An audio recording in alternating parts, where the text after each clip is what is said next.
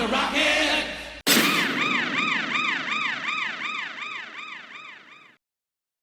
Welcome back to the Review Den, my friends. But more importantly, welcome to the Fantasy Zone. Get ready. Yes, welcome to the Fantasy Zone indeed. Belts out the man with a vaguely Midwestern accent. Fantasy Zone. And thus the legend was born. Imagine you could take a wonderful, fantastical voyage directly into all that 1980s sci-fi and fantasy art. Imagine blasting your way through those great metal and fantasy book covers, saving the world 25 cents at a time. Imagine I'm doing another Sega classic by Yu Suzuki. Yes, I think you can all guess what I'm getting at. One of Sega's true revolutionary third-person shooters whose influence is still seen today.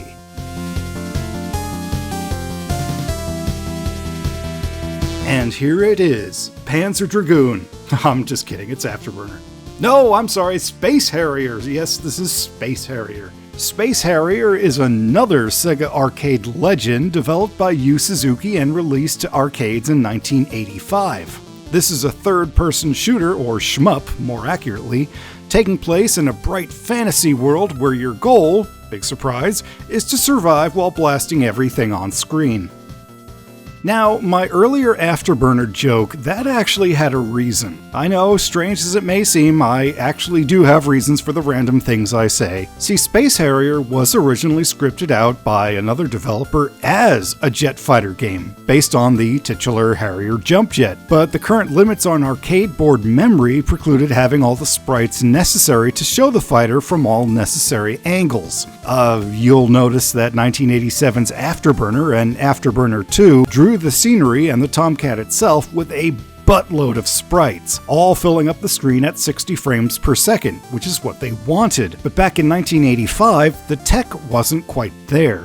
So rather than dump the whole idea, a quick reimagining converted the game to a fantasy shooter, replacing the complex jet sprites with a rocket-riding human, the enemies with fantastical monsters, and the ground scenery with the now iconic checkerboard, with sprites only popping up sporadically as obstacles.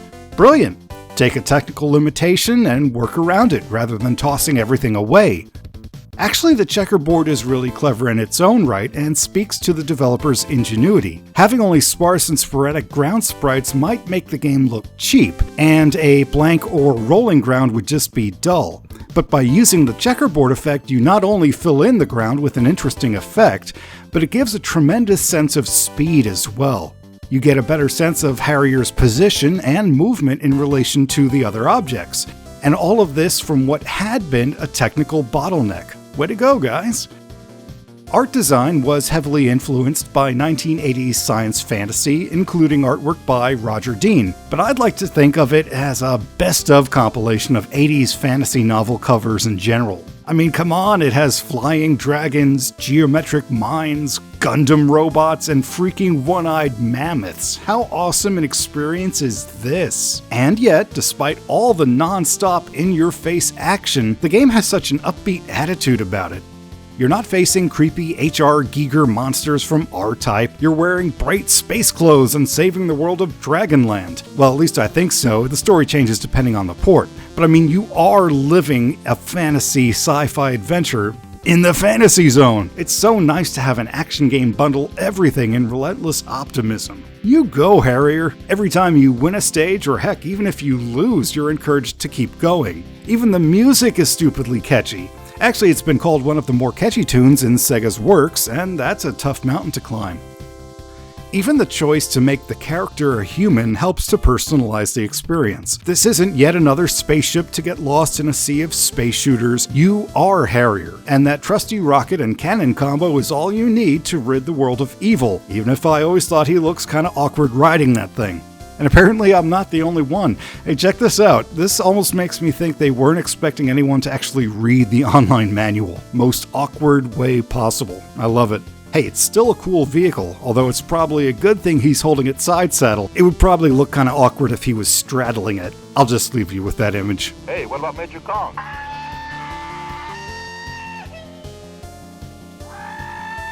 Space Harrier features 18 stages of increasing difficulty, although from the moment you make that running leap into the air, you'll be dodging and blasting non-stop.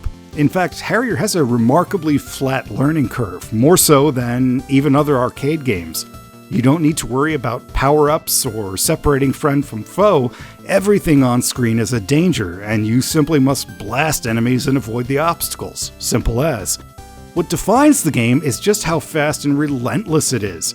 Shmups like Gradius and R-Type featured moments of introduction or powering up in preparation for a new stage or boss, but Harrier is nearly non-stop. You maybe have a second to catch your breath after a boss, but that's it, back into the fray. The only acquired skill here is in figuring out which objects can be destroyed and which need to be avoided.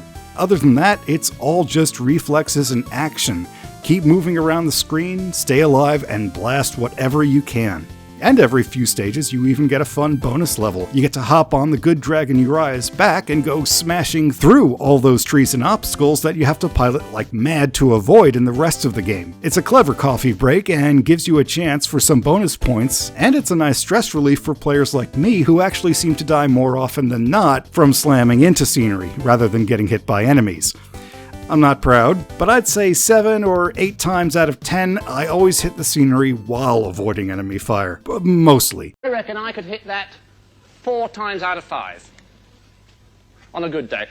Now, the third-person element may not seem like a big deal today, but back in 1985, this was revolutionary. Most shmups were side-scrollers or top-down shooters, and the very few attempts at behind-the-character action were mostly failures. Sprites were small, usually didn't scale well, and the absence of a true 3D presentation or programming meant that hitting enemies was a frustrating chore. But Sega managed to break through those barriers with some clever developers and technology.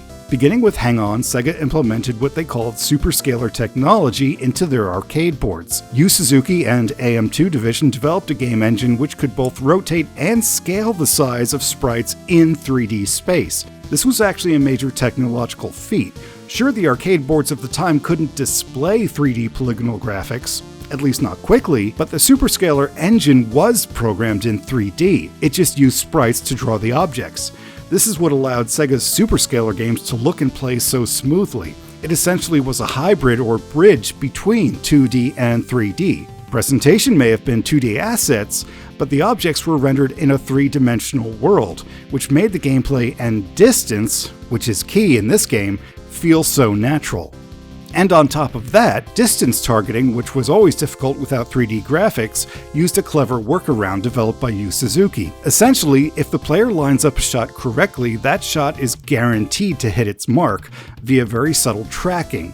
It gets lost in the craziness of the on-screen actions, but your shots won't miss even if the enemy moves out of your path. It only matters that they were lined up when you fired. This, in addition to the smooth scaling effects, mitigate the fact that you're judging distance between two-dimensional objects.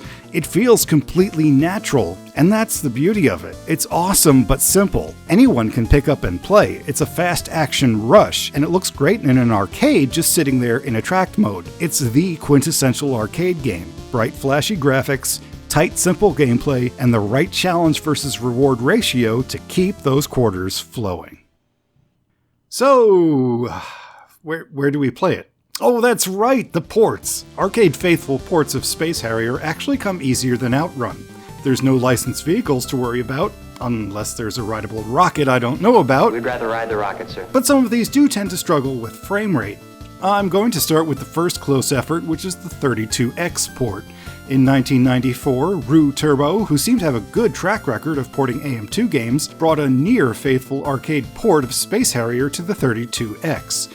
This version was the first true taste of the arcade, with only the game speed really standing out as different. It drops a few frames when things get heavy, but it also runs at a slightly slower pace in places. Very good conversion and close to the original experience.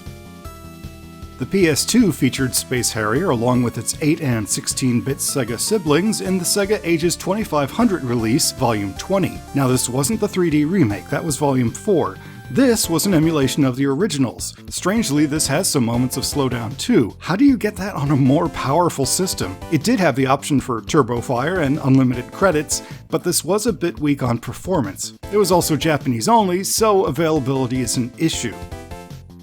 This one might have slipped under other gamers' radars, but not mine. The original Nintendo Wii had a very robust virtual console, and it included a few classic arcade titles.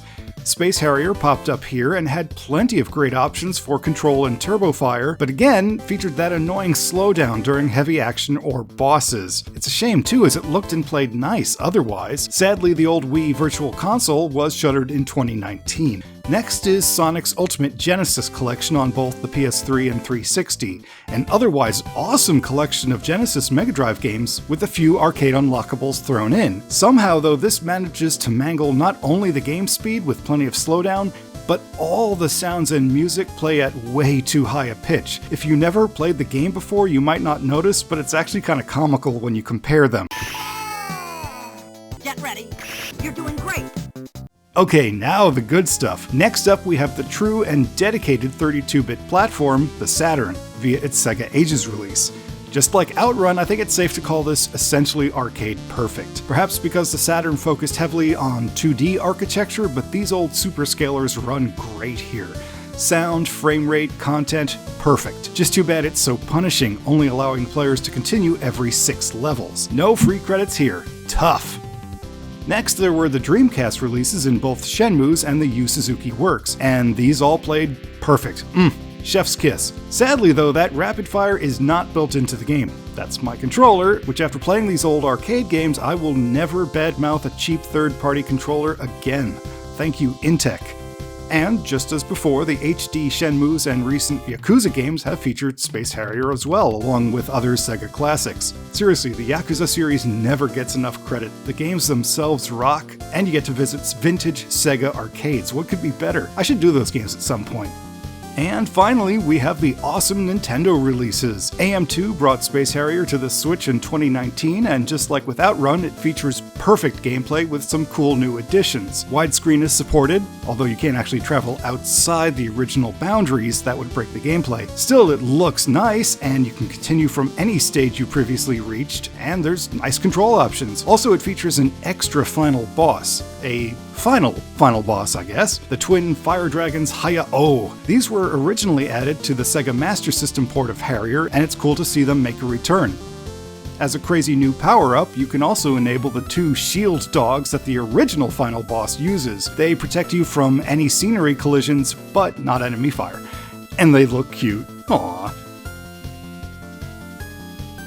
And lastly, we have the 2013 AM2 release for the 3DS, part of the 3D Classics line, not to be confused with Space Harrier 3D, the Sega Master System sequel.